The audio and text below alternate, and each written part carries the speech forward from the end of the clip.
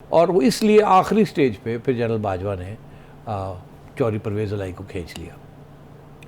और मगर अपोजिशन को भी कहा कि अभी आप वोट ऑफ नो कॉन्फिडेंस ना करें, मैं खान से डिज़ोल्व करवा देता हूँ।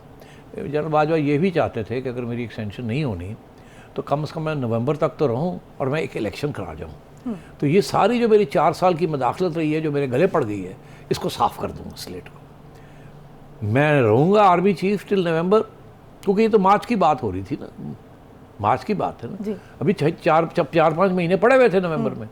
तो मैं एक इलेक्शन करवा देता हूँ और मैं सारे मेरे गुनाह माफ़ हो जाएंगे।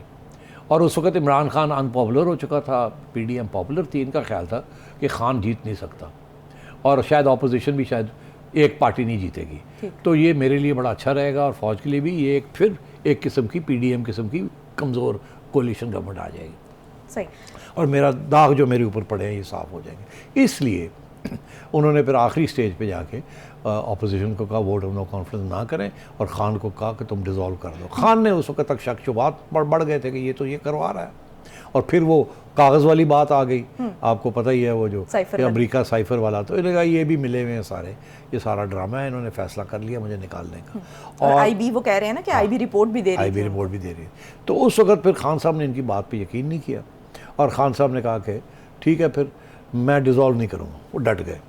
इन्होंने समझाने की कोशिश की। खान साहब ने जब देखा कि अब वोट ऑफ नो कॉन्फिडेंस कामयाब हो गया है, उस वक्त खान साहब ने शायद ये धमकी दी या सोचा या ऊंची बात कहीं कर दी कि मैं बाजवा की छुट्टी करा दूँगा। उस स्टेज पे जब ये धमकी खान की तरफ से आई तो फिर सुप्रीम कोर्ट और हाई कोर्ट के दरवाजे खुल गए ताकि अगर ऐसी कोई चीज़ होती है तो उसको रोक लिया जाए। मगर फिर खान पीछे हट गया और वोट ऑफ नो कॉन्फिडेंस कामयाब हो गया। तो मैं समझता हूँ कि जनरल बाजवा के हर मूव के अंदर पहले अपने आप का अपना रिकॉर्ड को ठीक करना था, एक एक्सटेंशन ली, फिर उसके बाद अपना रिकॉर्ड ठीक किया करने की कोशिश थी। ये नहीं था कि वो इमरान खान को बचाना चाहते थे, वो दरअसल अपना रिकॉर्ड ठीक करना चाहते थे ताकि जब वो जाएं तो पुराने गुनाह जो हैं वो सारे माफ़ हो जाए। तो सेठी साहब फिर पीडीएम की जब गवर्नमेंट आती है तो उसके बाद उन पर ये प्रेशर क्यों आता है कि असेंबलियाँ डिज़ोल्व करें? उसे इनका यही ख्याल था कि अब आ गई है। इन्होंने बाजवा साहब ने पहली एडवाइस यही दी शहबाज शरीफ साहब को कि अब आप जल्दी से 15-20 दिन के अंदर अंदर आपने जो 1-2 कानून करने हैं वो कर लें और डिज़ोल्व करें और इलेक्शन करवा लें। मगर उस वक्त पीडीएम के अंदर 2 राय थी। एक ये थी कि हाँ करवा लेते हैं जल्दी से, नैब का कानून और इलेक्शन कमीशन का कानून ठीक कर लेते हैं और उसके बाद इलेक्शन करा लेते हैं। और एक राय ये थी कि नहीं, हमें टिकना चाहिए और कुछ अर्सा और टिकना चाहिए। मगर वो और ये IMF का प्रोग्राम जो है इसको ख़त्म करके हालात थोड़े से ख़राब है, ये सारा कुछ पठाई ना गोल हो जाए। जनरल साहब का ये इशू नहीं था। उन्होंने कहा केयर टेकर्स तैयार किए हुए थे उन्होंने, आपको पता ही है उस वक्त लोग तैयार बैठे थे, इंटरव्यूज़ हो चुके थे कि ये गवर्नमेंट जा रही है, अब नए केयर टेकर्स आ रहे हैं। अच्छा, मगर फिर जब इन्होंने ये फैसला किया कि हमने घर जाना है तो उस वक्त इमरान खान से एक गलती हो गई। वो उन्होंने 25 मई को जो अनाउंस कर दिया कि मैं अब जा रहा हूँ इस्लामाबाद, लॉन्च कर रहा हूँ, उस वक्त ये गवर्नमेंट जाने के लिए तैयार थी। मई के अंदर फैसला हो गया था, शहबाज शरीफ साहब ने अपनी तकरीर तैयार कर ली थी कि हम जा रहे हैं। मगर जब ये फैसला इमरान खान का सामने आया कि हम 25 को आ रहे हैं तो उन्होंने कहा यार ये तो कल को ये कहेगा मैंने निकाला इनको, तो ये हमारा सारा जो ऑप्टिक्स है, सारी जो हमारा है कि हम खुद जा रहे हैं, हम जमहूरियत पसंद है, ये तो उल्टा हो जाएगा, ये तो ये मजबूत लगेगा, हम कमज़ोर लगेंगे। तो उन्होंने अपना फ़ैसला बदल लिया और वो दिन है और आज का दिन है कि उसके बाद फिर खान साहब जो है उन्होंने बाजवा साहब के ऊपर भी तनकीद शुरू कर दी और बड़े फेल्ट लेट डाउन, और ऊपर से फ़ौज की तरफ से ये इशारा बाजवा साहब को हो गया था 3 चीज़ों का।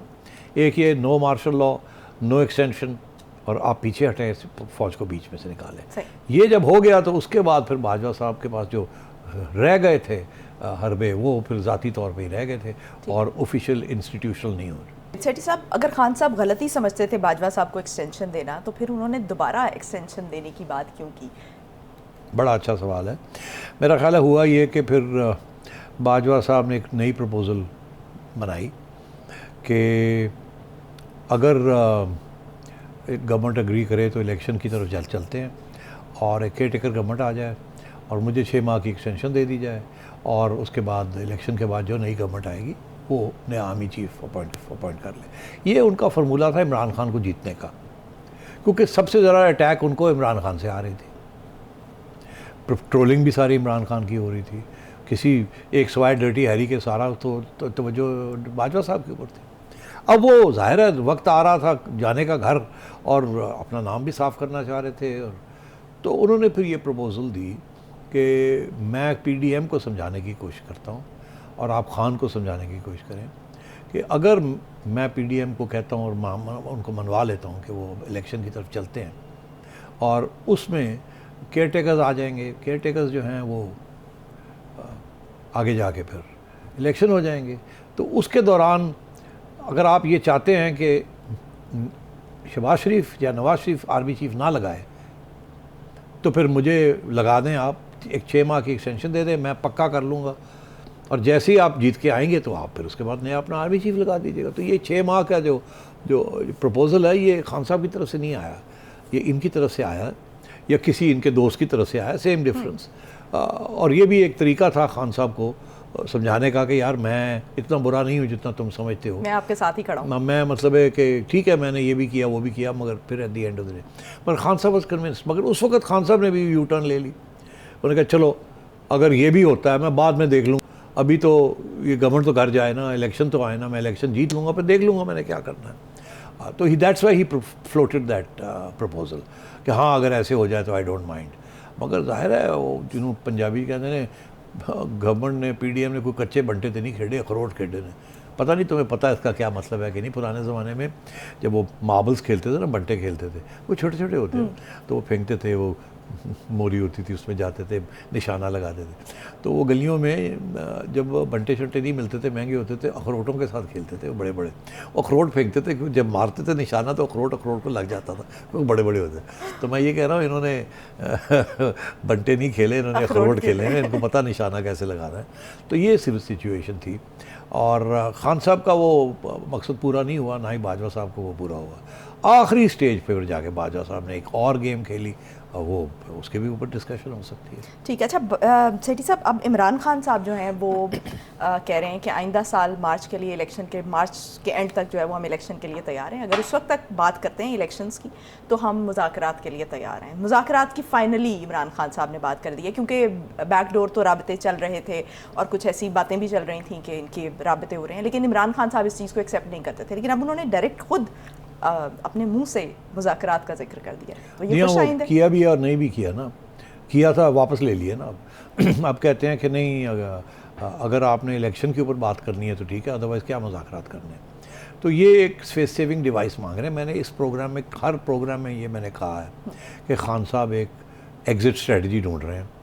अब वो तैयार हैं कि इलेक्शन अगले साल 6 महीने के बाद हो जाए, ही डजंट माइंड दैट। उनके मुंह से खुद निकला है कि जून का लफ्ज़ निकला है उनके मुंह से। चौधरी परवेज़ लाई तो अक्टूबर की बातें भी कर रहे हैं आज, ठीक है नहीं। और ये कि मार्च से पहले तो हम डिसॉल्व कर ही नहीं सकते। और एक तरफ कह रहे हैं कि इमरान खान जैसे ही कहेंगे हम असेंबलियां तोड़ देंगे, दूसरी तरफ कह रहे हैं कि मार्च के एंड तक तो ये पॉसिबल ही नहीं है। और ऊपर से ये भी खबरें आ रही हैं कि इनके MPs जो हैं वो ये कह रहे हैं कि नहीं अभी नहीं, हमें तो 6 माह कम से कम चाहिए, अपने और पैसे खर्च करने हैं, हमने सीटें जीतनी हैं, हल्कों में जाना है, ये करना है, वो करना है। तो हर जगह पर रेजिस्टेंस आ रही है।